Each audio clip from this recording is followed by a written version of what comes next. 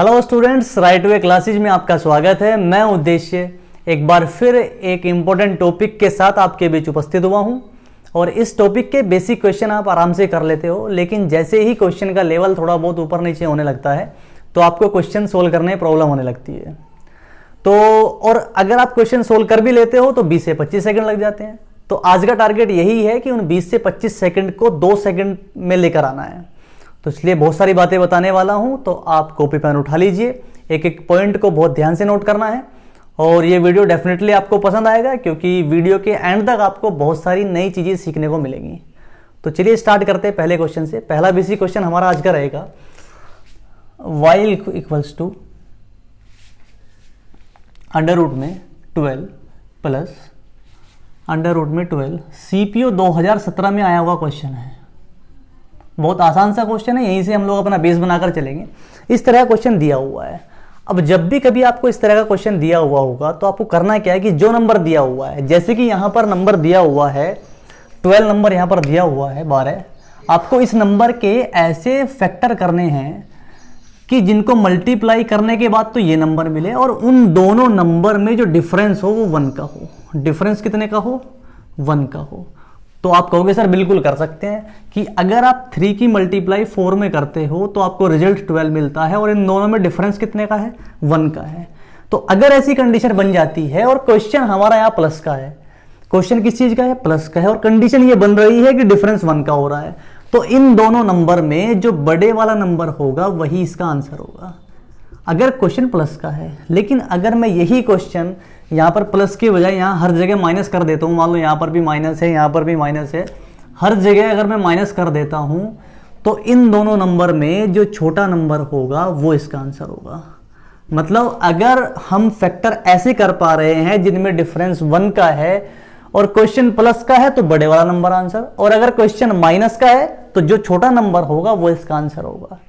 चलो एक एग्जांपल से और इसको समझने की कोशिश करते हैं। मान लो यहाँ पर 12 के अलावा यहाँ पर आपको दिया हुआ हो 132, मान लो इसी क्वेश्चन में यहाँ पर दिया हुआ हो 132 प्लस 132 प्लस 132, तो हमें क्या देखना है कि क्या हम इसके ऐसे फैक्टर कर पा रहे हैं क्या जिनमें डिफरेंस 1 का है? तो आप कहोगे सर बिल्कुल कर पा रहे हैं, क्योंकि 132 जो होता है 11 गुना 12 होता है और इन दोनों में डिफरेंस भी कितने का है? 1 का है। क्वेश्चन किस चीज का है? प्लस का है। अगर क्वेश्चन प्लस है तो जो बड़े वाला नंबर होगा वही आंसर होगा, और बड़े वाला नंबर यहाँ पर कितना है? 12, यही इस क्वेश्चन का आंसर है। अब मैं अगर आपसे पूछने लग जाऊं कि अगर यहाँ माइनस होता तो क्या होता, तो आप कहते सर जो इनमें छोटा नंबर है वही इसका आंसर है, और छोटा नंबर यहाँ पर क्या है? 11। यानी कि अगर निगेटिव होगा, बीच में माइनस का साइन होगा तो 11 आंसर होगा, और बीच में प्लस का साइन है तो आंसर कितना आ गया? 12 आ गया। अब ये वाले क्वेश्चन तो हम बहुत आसानी से कर लेते हैं क्योंकि इनमें हमें ऐसे फैक्टर मिल जाते हैं जिनमें डिफरेंस कितने का है? 1 का है। प्लस है तो बड़े वाला, माइनस है तो छोटे वाला आंसर है। लेकिन कुछ क्वेश्चन जो एग्जाम में देखने को मिले हैं वे वाले क्वेश्चन हैं जहां पर ऐसे फैक्टर नहीं हो पाते हैं बहुत, जिनमें डिफरेंस कितने का हो? 1 का हो। तो चलिए आइए उस तरह के कुछ क्वेश्चन देखते हैं और वहां से चीजों को समझने का प्रयास करते हैं। और इस तरह के क्वेश्चन कई एग्जाम में देखने को मिले हैं। जैसे कि हमारा क्वेश्चन रहेगा, मान लेते हैं क्वेश्चन है y equals to under root में, और यहाँ पर दिया हुआ है आपको 7 प्लस अंडर रूट में 7 प्लस अंडर रूट में 7, और ये इनफाइनाइट तक जा रहा है। अब इस क्वेश्चन को सोल्व करना है। अब यहाँ पर जो 7 नंबर दिया हुआ है इसके ऐसे फैक्टर कर पाना, मतलब इसके ऐसे फैक्टर नहीं है जिनमें डिफरेंस कितने का हो? 1 का हो। तो अब ऐसे क्वेश्चन में कैसे करना है उस पर बात करते हैं।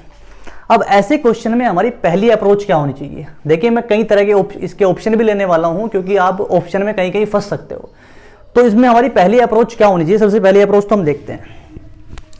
तो फर्स्ट अप्रोच हमारी ये होनी चाहिए, देखिए यहां पर दिया हुआ क्या है नंबर, आपको नंबर दिया हुआ है 7, और साइन यहां पर कौन से वाले आए हुए हैं? प्लस वाले। तो आपको करना क्या है कि 7 के बाद, अगर प्लस का नंबर है मतलब 7 के बाद ऐसा कौन सा नंबर है जिसके फैक्टर में डिफरेंस 1 का हो? तो आप कहोगे सर 12 ऐसा नंबर है, अगर आप इसके फैक्टर करोगे 3 into 4, इनमें डिफरेंस कितने का आ रहा है? 1 का आ रहा है। तो बस कुछ नहीं करना है, जो इसका आंसर होगा वो वही होगा जो 3 और 4 के बीच में होगा। मैं दोबारा रिपीट करता हूं, 7 के बाद वो नंबर चेक करना है जिसमें डिफरेंस 1 का है। तो आपने देखा सर 12 नंबर है, 12 के फैक्टर क्या, कैसे कौन से फैक्टर है, 3 इंटू 4। तो जो इसका आंसर होगा वो किस किस के बीच में होगा, तो y की वैल्यू होगी 3 से तो बड़ी होगी और 4 से छोटी होगी। तो y का जो आंसर होगा कितना होगा, 3 से बड़ा होगा, 4 से छोटा होगा। अब बात करते हैं अगर ऑप्शन कैसे कैसे दिए हुए हो सकते हैं, ठीक है, क्योंकि रेंज में ही इसके ऑप्शन दिए हुए होंगे। अब कैसे देखिए, मान लो ऑप्शन नंबर ए दिया हुआ है y = 3, b is y = 4, c is y is greater than 3 and less than 3.5 and D option is y = 7। तो अब हमने जब अपनी पहली अप्रोच लगाई थी जो कि 1-2 सेकंड में लग गई थी कि 7 के बाद ऐसा कौन सा नंबर है, वो 12 था, 12 के लिए क्या था, 3 इंटू 4 था, 3 से ग्रेटर होगा, 4 से लेस देन होगा, ठीक है। अब हमें पता है कि y की वैल्यू यानी कि इसकी वैल्यू 3 से बड़ी 4 से छोटी आएगी। तो अगर मैं ऑप्शन नंबर ए की बात करता हूं, ऑप्शन नंबर ए तो 3 के इक्वल है, तो ये तो गलत हो गया क्योंकि वैल्यू जो 3 से बड़ी होनी है। ये 4 के बराबर आ गया, ये भी गलत हो गया, वैल्यू 4 से छोटी होनी है। y = 7, ये तो बहुत बड़ी वैल्यू है, ये भी गलत हो गया। एक यही ऑप्शन हमें ऐसा दिखाई दे रहा है जो इस रेंज के बीच में है। इसका मतलब ऑप्शन नंबर सी ही इस क्वेश्चन का क्या हो गया, आंसर हो गया। अब मान लो सपोज करो ये तो हमने फर्स्ट अप्रोच से लगा लिया। इन केस आपको ऑप्शन कुछ इस तरह मिल जाए कि a = दिया है, मान लो ऑप्शन ए है y = 3, option B is y = 4, option C दिया हुआ है y is greater than 3 and less than 3.5 and D option is y क्या है, ग्रेटर देन 3.5 है और लेस देन कितना है, 4 है। अब बात समझिए। अब यहां पर अगर मैं पहले ऑप्शन की बात करता हूं तो ये तो नहीं है ना, ऑप्शन नंबर बी है क्योंकि रेंज हमारी 3 और 4 के बीच में है, ठीक है। अब अगर मैं इन दोनों ऑप्शन की बात करता हूं तो दोनों ऑप्शन ही इस वाली कंडीशन को सेटिस्फाई कर रहे हैं, यानी ऑप्शन नंबर सी भी हो सकता है, ऑप्शन नंबर डी भी हो सकता है। अब ऐसे केस में हमें क्या करना है, तो ऐसे केस में पहले हम उस कॉन्सेप्ट को जान लेते हैं जहां से ये 3 और 4 के बीच में आया है, ठीक है। तो जब आपको वो कॉन्सेप्ट समझ में आ जाएगा तो बहुत आसानी से आप समझ पाएंगे कि आपका ऑप्शन नंबर सी इसका आंसर होगा या ऑप्शन नंबर डी होगा। तो चलिए देखते हैं उस चीज को। आप एक बात समझिए और ध्यान से समझने की कोशिश करना। अगर एक बार ये समझ में आ गया तो इस तरह के सारे क्वेश्चन आप आराम से कर पाएंगे, ठीक है। और अगर वो वैल्यू आपको देखनी आ गई, अप्रोक्सीमेट वैल्यू हम निकालेंगे, अगर वो चीज आपको एक बार समझ में आ गई तो फिर आपका क्वेश्चन में 7 हो, 8 हो, 10 हो, 11 हो, 23 हो, 25 हो, कुछ भी हो, आप हर तरह का क्वेश्चन आसानी से कर पाएंगे और 1-2 सेकंड में आंसर निकाल पाएंगे। कैसे, देखिए मान लो मैं आपसे कह रहा हूं कि आपके क्वेश्चन में ऑप्शन दिया हुआ है, जो क्या कहते हैं नंबर दिया हुआ है वो 7 दिया हुआ है। आपसे मैं ये कह रहा हूं कि आप ये बताइए कि 7 के बाद ऐसा कौन सा नंबर है जिसके फैक्टर में डिफरेंस 1 का है। तो वो हमने अभी देखा था क्या है, 12 है। तो 7 के बाद तो कौन सा नंबर है जी, 12 नंबर है, क्लियर है। और 12 के फैक्टर क्या होते हैं, 3 इंटू 4, क्लियर है बात। अब मैं आपसे ये कह रहा हूं कि आप ये बताइए कि 7 से पहला ऐसा कौन सा नंबर है जिसके फैक्टर में डिफरेंस 1 है। तो आप कहोगे सर 6 है, क्योंकि 6 के लिए मैं क्या लिख सकता हूं, 2 इंटू 3, क्लियर है बात, नहीं है, ठीक है। अब ये भी मेरे दिमाग में एकदम कैसे आया, ये इस तरीके से आ गया क्योंकि अगर मैं सबसे पहला नंबर ऐसा चेक करूं जिसमें डिफरेंस 1 का हो तो आप कहोगे 1 इंटू 2, क्योंकि डिफरेंस 1 का है। मैं इसके बाद अगर बात करूं तो 2 से स्टार्ट होगा, 2 इंटू 3। इसके बाद करूं तो 3 इंटू 4 होगा, और 2 इंटू 3 कितना होता है 6, और 3 इंटू 4 कितना होता है 12। अगर मैं इसके बाद भी बात करता हूं तो 4 इंटू 5 होगा, इसके बाद भी बात करता हूं तो 5 इंटू 6 होगा। ये कितना आ गया 30, ये कितना आ गया 20, क्लियर है बात। नहीं तो इस तरह से मेरे दिमाग में आया कि 7 के बाद 12 बैठता है और 7 से पहले कितना आता है 6 बैठता है। और बहुत आसानी से अगर आप प्रैक्टिस में लेकर आके आओगे इन चीजों को तो बहुत आसानी से समझ में आ जाएगी, ठीक है। अब यहां पर देखने वाली बात क्या है, आप मुझे ये बताइए कि क्वेश्चन प्लस का है। अगर क्वेश्चन प्लस का है तो बड़े वाला आंसर होता है कि छोटे वाला। आप कहोगे सर बड़े वाला, अभी पीछे वाले एग्जांपल्स में देखा है हमने। तो यानी कि 12 के केस में आंसर होगा 4 और 6 के केस में आंसर होगा 3, क्लियर है बात या नहीं है, ठीक है। अब ध्यान दीजिए 12 के केस में आंसर 4 है और 6 के केस में आंसर कितना है 3 है, लेकिन 7 कहां पर है। आप कहोगे 7 तो 12 और 6 के 12 और 6 के बीच में है। तो अगर 7 12 और 6 के बीच में है तो इसका आंसर भी तो इनके आंसर के बीच में होगा। इसका मतलब क्या है कि अगर आपको यहां पर 7 दिया हुआ है तो इसका जो आंसर होगा वो 3 से तो बड़ा होगा, क्योंकि 7 क्या है, 6 से बड़ा है, और 12 से क्या है, छोटा है, तो इसके आंसर से क्या होगा, छोटा होगा। तो उम्मीद करता हूं आपको जो फर्स्ट अप्रोच हमने लगाई थी वो कहां से आई थी ये समझ में आ गई होगी। अब बात करते हैं कि चलो ये बात तो पहले अप्रोच से भी क्लियर थी, अब हम ऑप्शन एलिमिनेट कैसे करें, कौन सा ऑप्शन इनमें से करेक्ट होगा वो बात करते हैं। आप एक बात बताइए, अगर मैं 6 से 12 तक जा रहा हूं, ठीक है, तो आप देखिए आपके क्वेश्चन में नंबर कौन सा दिया हुआ है, 7। आप मुझे बताइए 7 6 के पास में है या 12 के पास में है, तो आप कहोगे सर 6 के पास में है। तो अगर 7 6 के पास में है तो इसका जो रिजल्ट होगा वो भी किसके पास में होगा, 6 वाले के पास में ही तो होगा। इसका मतलब क्या है कि 7 का आंसर कहां होगा, 7 का आंसर 3 के पास में होगा। और अगर 7 का आंसर 3 के पास में है तो 3 के पास वाला ऑप्शन कौन सा है, सी है कि डी है, आप कहोगे सर सी है। इसका मतलब इसका आंसर क्या आ गया, सी इसका आंसर हो गया, और डी इसका डी यहां पर क्या हो गया, गलत हो गया।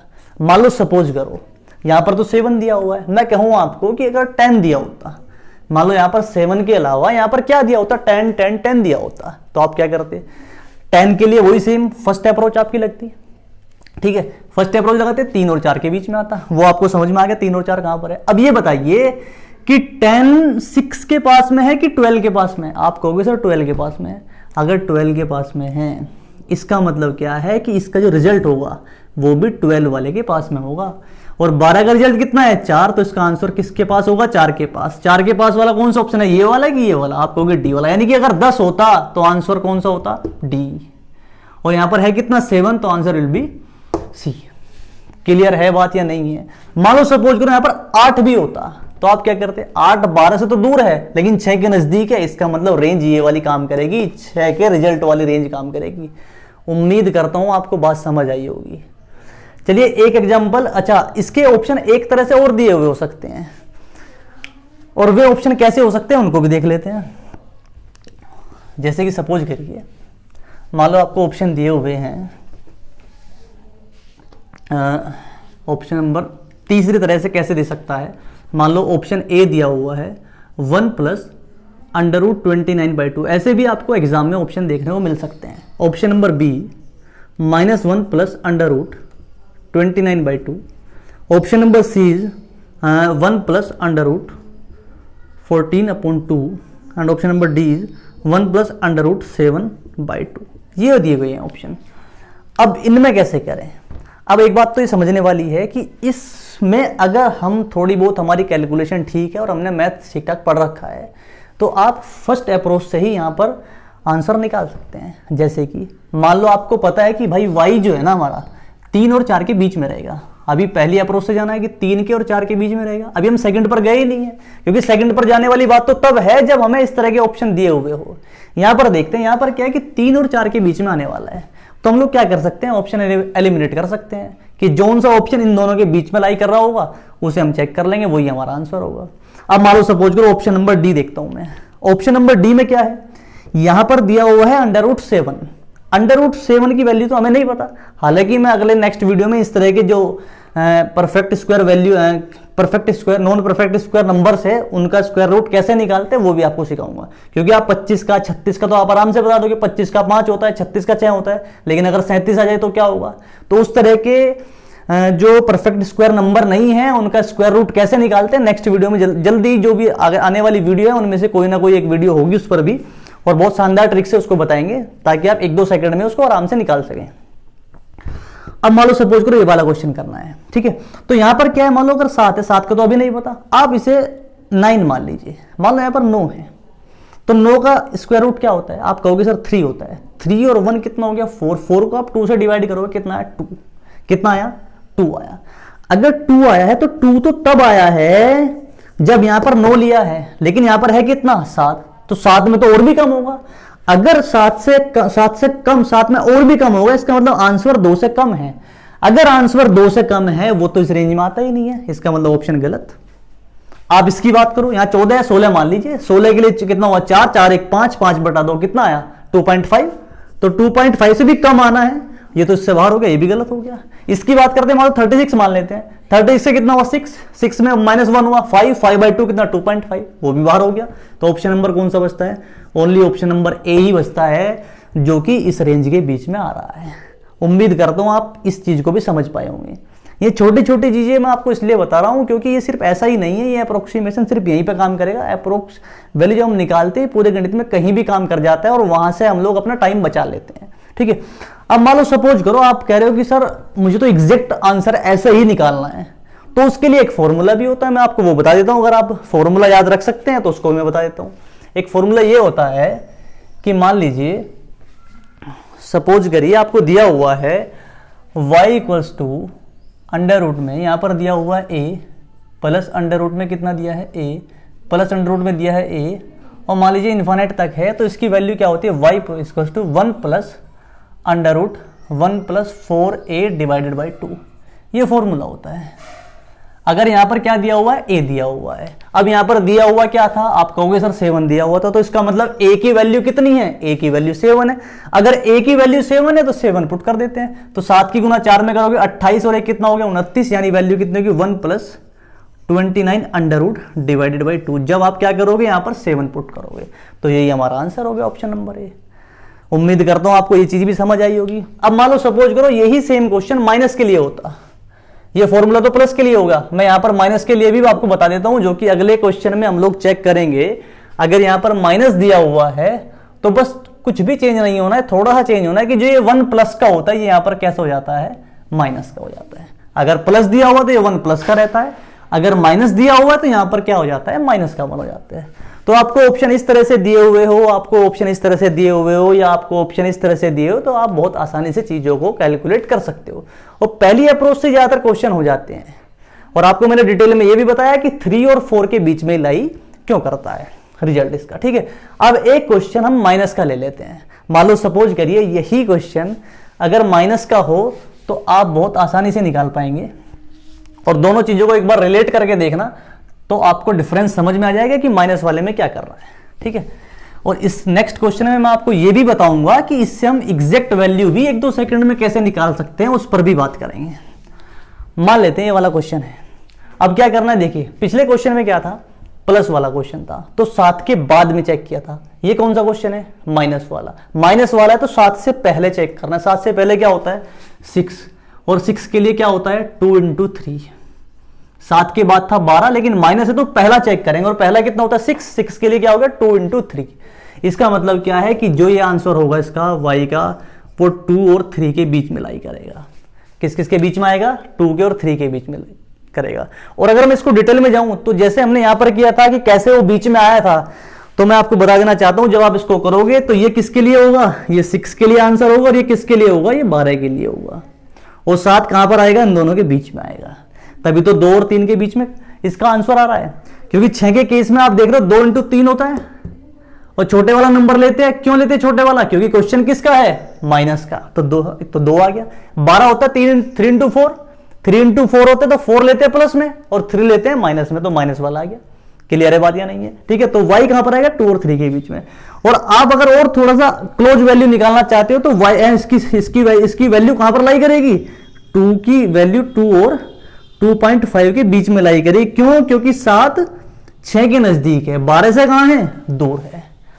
बात समझ में आई है नहीं है। इसका मतलब क्या होगा, y जो होगा वो 2 या 2.5 के बीच में होगा, या 2 और 3 के बीच में, दोनों में से आप कैसे भी चेक कर सकते हो। ठीक है, अब आपको ऑप्शन जो भी दिए होंगे आप बहुत आसानी से निकाल सकते हो। मैंने फॉर्मूला भी आपको माइनस का बता दिया है, बाकी ऑप्शन चेक कर सकते हो, बहुत जल्दी आप चीजों को निकाल पाएंगे। मान लो एक क्वेश्चन ले लेते हैं, और देखिए आप इस क्वेश्चन को आप खुद से करने की कोशिश करना, और बहुत जल्दी आप इसका आंसर निकाल पाएंगे। आपको कोई फॉर्मूला नहीं लगाना है, कुछ नहीं करना है, बहुत आसानी से चीजें निकालोगे।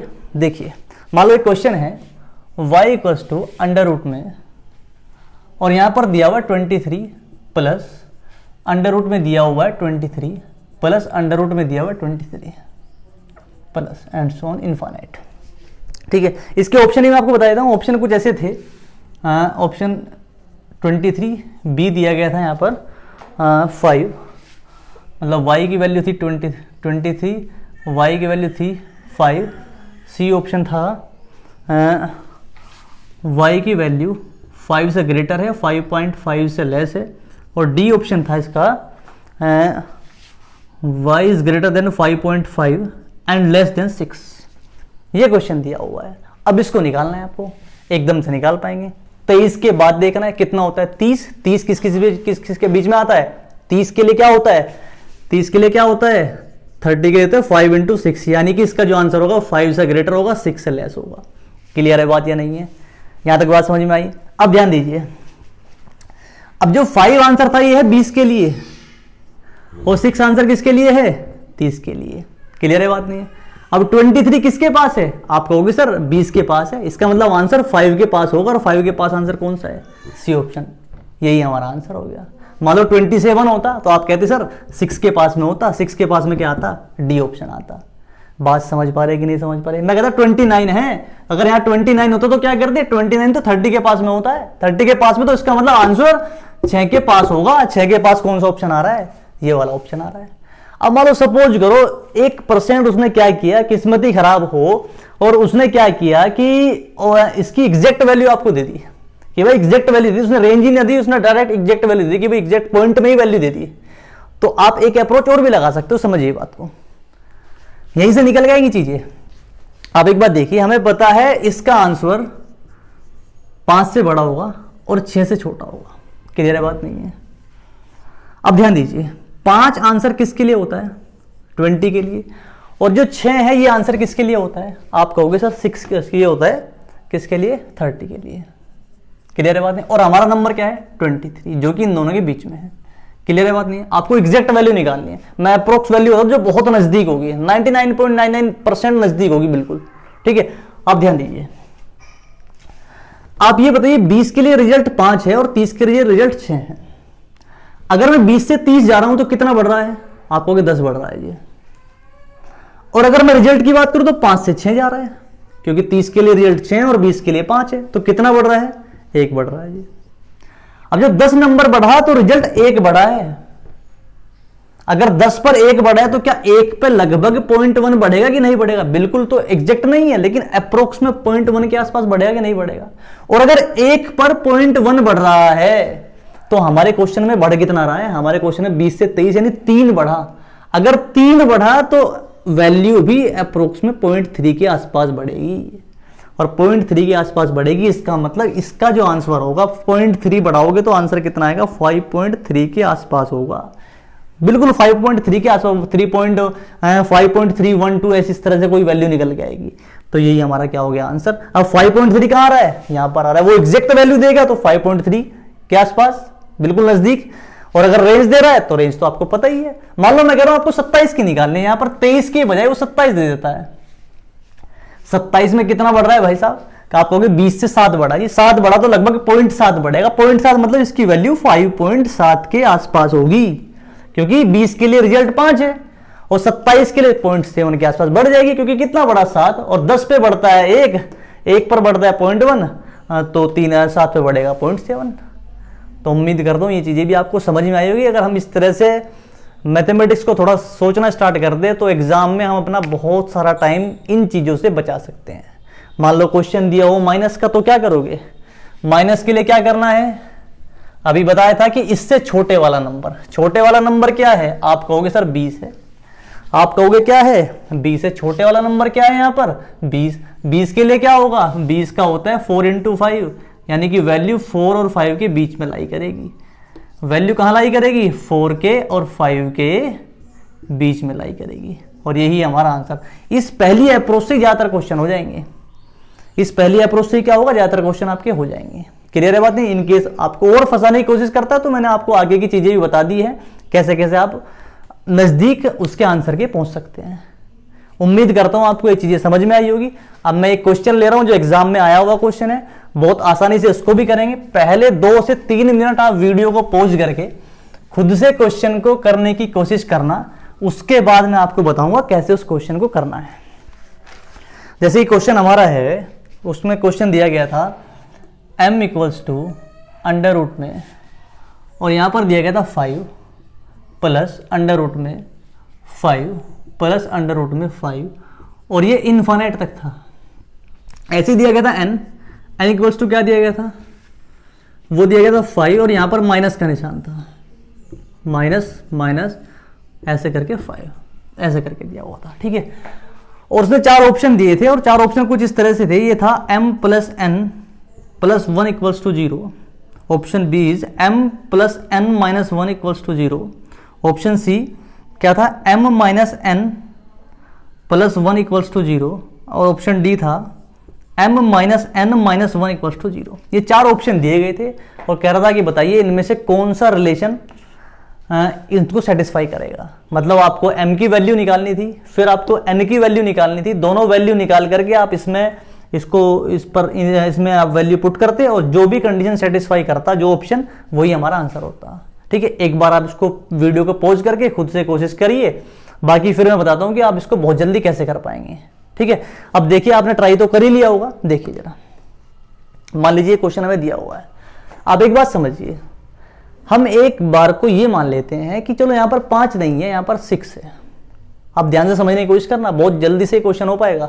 हमने मान लिया कि यहां पर 5 नहीं है 6 है, मतलब हमारा क्वेश्चन कुछ ऐसे है m इक्वल्स टू यहां पर 5 ना देकर के इसने 6 दिया हुआ है। तो आप मुझे ये बताओ, और सेम क्वेश्चन यहां पर क्या दिया हुआ है, यहां पर भी 6 दिया हुआ है, क्योंकि सेम नंबर है तो हमने यहां पर 5 मान लिया, यहां पर 6 मान लिया, यहां पर भी 6 मान लिया, यहां पर 6 मान लिया। अब ये बताओ अगर मैं 6 के लिए आंसर निकालता तो क्या होता। आप करते इसके फैक्टर 2 into 3, डिफरेंस 1 का है तो जो बड़े वाला नंबर है वही आंसर है। इसका मतलब यहां पर क्या होता कि m की जो वैल्यू होती है वो 3 होती है। जो m का आंसर होता है वो 3 होता है, क्योंकि आपको पता है डिफरेंस 1 है, मल्टीप्लाई करके ये मिल रहा है और प्लस का क्वेश्चन, तो बड़े वाला नंबर आंसर होगा। क्लियर है नहीं है। अगर मैं n के लिए देखूं तो n के लिए भी आप फैक्टर करोगे 2 into 3, तो जो छोटे वाला नंबर होगा वो आंसर होगा। छोटे वाला नंबर क्या, ये 2, यानी n किसके बराबर है, 2 के बराबर है। अगर 6 माइनस के लिए दिया हुआ तो 2 आंसर है, प्लस के लिए दिया गया है तो 3 आंसर है। ठीक है, अब ध्यान दीजिए, अब अगर मैं इन दोनों में रिलेशन देखना चाहूं तो आप एक चीज देखिए कि m n से 1 ज्यादा है कि नहीं है। n कितना है 2, m कितना है 3, तो m n से 1 ज्यादा है कि नहीं है। यानी यहां से रिलेशन ये निकल के आया कि m जो है ना वो n से 1 ज्यादा है। क्लियर है बात या नहीं। अब यहां तो हम बहुत आसानी से इस चीज को निकाल पाए, क्योंकि हमारे पास जो फैक्टर थे वो डिफरेंस 1 के थे। लेकिन अगर यहां पर बात करें, अब हम तो इतने आसानी से फैक्टर नहीं निकाल पा रहे हैं, लेकिन आप ये बताइए क्या ऐसे 2 नंबर नहीं होंगे क्या जिनका मल्टीप्लाई करने पर आपको 5 मिले। ऐसे 2 नंबर होंगे कि नहीं होंगे, तो जरूर, चाहे में भले पॉइंट में हो।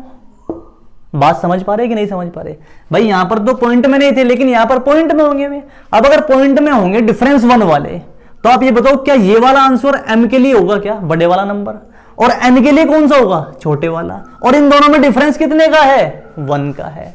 यही तो बात मैं समझाने की कोशिश कर रहा हूं। इसका मतलब जो m का आंसर होगा ना वो n से 1 ज्यादा होगा।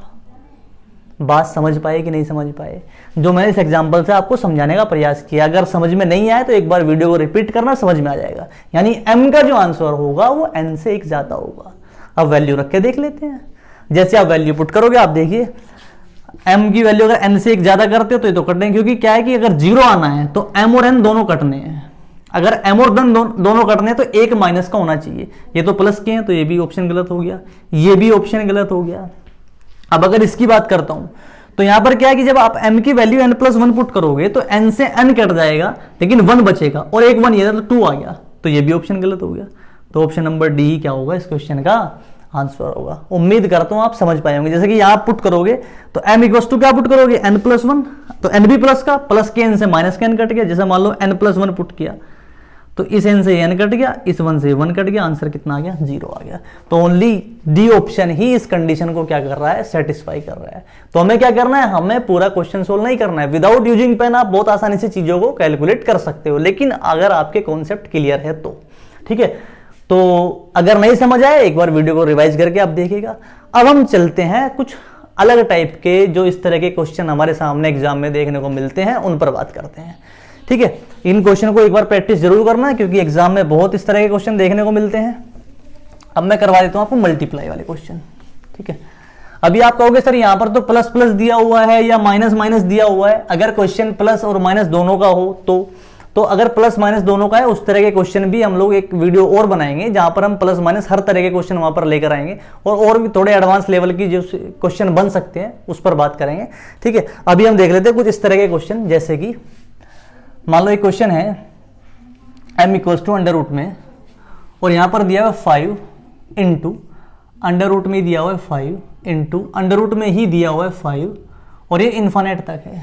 तो इस तरह की सीरीज आपको जब भी मिलती है तो मैं बता देना चाहता हूँ इस तरह के क्वेश्चन का आंसर जो ये नंबर होता है वही खुद होता है, यानी इसका आंसर कितना होगा 5 होगा। जब आप इसको डिटेल में सोल्व करोगे तो आपको समझ में आ जाएंगी चीजें। अगर इनफाइनाइट तक जा रहा है तो, अगर मान लो सपोज करो ये इनफाइनाइट तक ना जाए तो कैसे होगा, मान लो m इक्वल्स टू होता अंडर रूट में और यहाँ पर लिखा होता 5 इंटू अंडर रूट में, यहाँ पर लिखा होता 5 इंटू अंडर रूट में 5, ये 3 तक ही गया हुआ है, यानी 3 बार ही आया हुआ है। ये तो इनफाइनाइट तक था तो यही आंसर है। यहाँ पर 7 7 7 इनफाइनाइट तक होता तो आंसर 7 होता, लेकिन यहाँ पर क्या है कि 5 3 टाइम्स आया हुआ है। तो क्या करना है ऐसे क्वेश्चन में, क्या करना है, इसका आंसर कैसे निकालोगे, डायरेक्ट मैं आपको शॉर्ट ट्रिक बता देता हूँ। क्या करना है, जितनी बार 5 आया हुआ है उतनी बार आप 2 की मल्टीप्लाई कर ले, यानी कि कितना 2 इंटू 2 कितना हो गया, 2 दूनी कितना हो गया 4 और 4 दूनी कितना हो गया 8, यानी 2 की गुना, यानी कि 2 गुना इसके लिए 2 और गुना इसके लिए 2, 2 दूनी 4 दूनी 8, 2 दूनी 4 दूनी 8। तो इसका आंसर क्या होगा 5 की पावर, नीचे तो लिखना है 8 और ऊपर इससे एक कम कितना 7, यही इसका क्या होगा आंसर।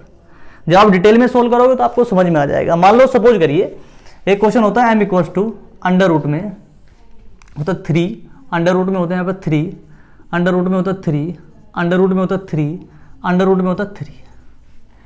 तो दो कितनी बार आया 3 5 बार, यानी 2 दूनी 4 दूनी 8 दूनी 16 दूनी 32, यानी कि इसका आंसर होता 3 की पावर 32 तो नीचे और ऊपर एक कम कितना 31, यही इस क्वेश्चन का क्या हो गया आंसर। ठीक है, तो अगर इनफाइनाइट तक दिया है तो वो नंबर ही इसका आंसर है, और इनकेस अगर आपको इनफाइनाइट तक नहीं दिया है तो जितनी टर्म दिया है उतनी बार 2 की गुना करिए, नीचे तो उतना ही आएगा ऊपर एक कम आएगा। तो उम्मीद करता हूं इस तरह का क्वेश्चन भी आपके समझ में आया होगा। अब मान लो सपोज करो एक क्वेश्चन लेते हैं, एसएससी ने एक बार पूछा था, थोड़ा सा डिफरेंट था वो उससे क्वेश्चन, उसमें क्या था देखिए, और उससे आपके समझ में आ जाएगा कि इस वाले क्वेश्चन में भी डिटेल कैसे लगाना है वो भी समझ में आ जाएगा। क्वेश्चन कुछ इस तरह से था, उसने दिया था x equals to under root में और यहां पर दिया था 2, फिर यहां पर ऐसे अंडर रूट दिया था और यहां पर था 3 का मतलब ये कि इसका अगले वाले जो नंबर का उसका क्यूब रूट है। ठीक है, 2 तो इंटू में था लेकिन ये क्या था क्यूब रूट था। यहां पर क्या दिया था 4, फिर इसके बाद अंडर रूट, यहां पर 2 था, फिर क्यूब रूट था, फिर 4 था और ऐसे ही चलता जा रहा था। ये क्वेश्चन एसएससी ने एक बार पूछा था। अब इस क्वेश्चन का आंसर निकालना है। ठीक है, अब देखिए इसका जो मैं डिटेल आपको बता रहा हूं उससे आपको वो वाला क्वेश्चन भी क्लियर हो जाएगा। अब देखिए क्वेश्चन कैसे करना है, आप एक बात समझिए, आपको क्या करना है, इस क्वेश्चन में आपको वहां तक पहुंचना है जहां से ये चीजें बार बार रिपीट हो रही है। मान लो सपोज करिए पहले 2 आया, फिर 4 आया, फिर 2 आया, फिर 4 आया। आप बात समझ रहे हैं? तो मैं क्या कर रहा हूं कि भाई आप एक काम करिए कि आप इस पहले वाले 2 को भी खत्म कर लीजिए, इस पहले वाले 4 को बैठा लीजिए। तो अगर मैं इसके बाद इसको देखना चाहूं तो इसके बाद फिर क्या आएगा 2, फिर क्या आएगा 3, तो इन्फाइनाइट तक जा रहा है तो बहुत दूर तक ऐसी 2 4 चलता रहेगा। क्लियर है बात? तो हमने क्या किया कि अगर मैं इतने पोर्शन को छोड़ देता हूं तो ये भी लगभग किसके बराबर है, ये भी तो x के बराबर ही है, क्योंकि स्टार्ट कहां से हो रहा है 2 4 2 4। अगर मैं पहले 2 टर्म को छिपा देता हूं क्योंकि इनफाइनाइट तक है, अगर इनफाइनाइट से एक आध नंबर हम हटा भी देते तो कोई फर्क, इतना बड़ा फर्क नहीं पड़ेगा। तो क्या मैं इसकी जगह पर क्या x लिख सकता हूं क्या, इसकी जगह पर क्या मैं x लिख सकता हूं क्या? आप कहोगे सर बिल्कुल लिख सकते हो, क्योंकि 1-2 टर्म अगर हम इनफाइनाइट से हटा देंगे तो कोई फर्क नहीं पड़ेगा। अब बस अब इसको सोल्व कर लेते हैं। पहले हम इसका ये स्क्वायर रूट हटाते हैं। स्क्वायर रूट कैसे हटेगा, दोनों तरफ का आप स्क्वायर कर दीजिए। जब आप स्क्वायर करोगे तो इधर आया एक्स स्क्वायर इक्वल्स टू यहाँ पर कितना हुआ 2 इंटू क्यूब रूट में कितना आया 3 4 इंटू एक्स। क्लियर है बात? अब क्या करना है, अभी मुझे क्यूब रूट भी हटाना है तो इसका दोनों तरफ का क्या कर दीजिए क्यूब कर दीजिए। जब आप इसका क्यूब करोगे तो यहाँ पर कितना आएगा x की पावर 6 इक्वल्स टू कितना है 2 इंटू, नहीं 2 की पावर क्यूब करोगे तो कितना आया 2 का क्यूब, मैं यहाँ भी क्यूब ही कर देता हूँ, एक्स स्क्वायर का क्यूब इक्वल्स टू कितना हुआ 2 का क्यूब इंटू, यहाँ पर कितना हुआ इसका, जब आप क्यूब करोगे तो यहाँ पर आएगा 4 इंटू एक्स, क्योंकि क्यूब करोगे तो क्यूब से क्यूब रूट हट जाएगा। ठीक है, अब क्या होगा, यहाँ पर होगा x की पावर 6 इक्वल्स टू, यहाँ पर कितना आया 2 की पावर 3 कितना हो गया 8 इंटू 4 कितना है 32 और इंटू में कितना आ गया x। अब x को इधर लेके जाते हैं तो कितना हो, x की power 6 minus 32x equals to कितना आ गया 0। या आप डायरेक्ट भी करोगे, लेकिन एल्जेब्रिक में ऐसा करते हैं, एल्जेब्रा में ऐसा नहीं करते, लेकिन फिर भी क्या करते हैं, 32x को इधर ले गए तो x को इधर ले आए, कितना हुआ x की पावर 5 माइनस 32 इक्वल्स टू 0। तो अब x इक्वल्स टू 0 नहीं हो सकता क्योंकि x इक्वल्स टू 0 के बराबर नहीं है, तो हमने क्या किया, x की पावर 5 माइनस 32 इक्वल्स टू क्या कर दे 0। जब x की पावर 5 माइनस 32 इक्वल्स टू 0 करोगे तो आ गया x की पावर 5 इक्वल्स टू कितना आ गया 32, तो x बराबर कितना आ गया 2 के। और यही इस क्वेश्चन का क्या हो गया, आंसर हो गया। तो उम्मीद करता हूँ आपको आज का सेशन पसंद आया होगा। एक बार अगर जो चीज़ें समझ में नहीं आई है उनको आप रिपीट करें, एक बार चीज़ों को बार बार रिपीट करके उनको समझने की कोशिश करें। सारी चीज़ें इंपॉर्टेंट हैं और जो भी इसके एडवांस लेवल के और क्वेश्चन हो सकते हैं उनको हम नेक्स्ट वीडियो, आने वाले वीडियो में डिस्कस करेंगे। तो आज रखते हैं हम लोग इतना ही।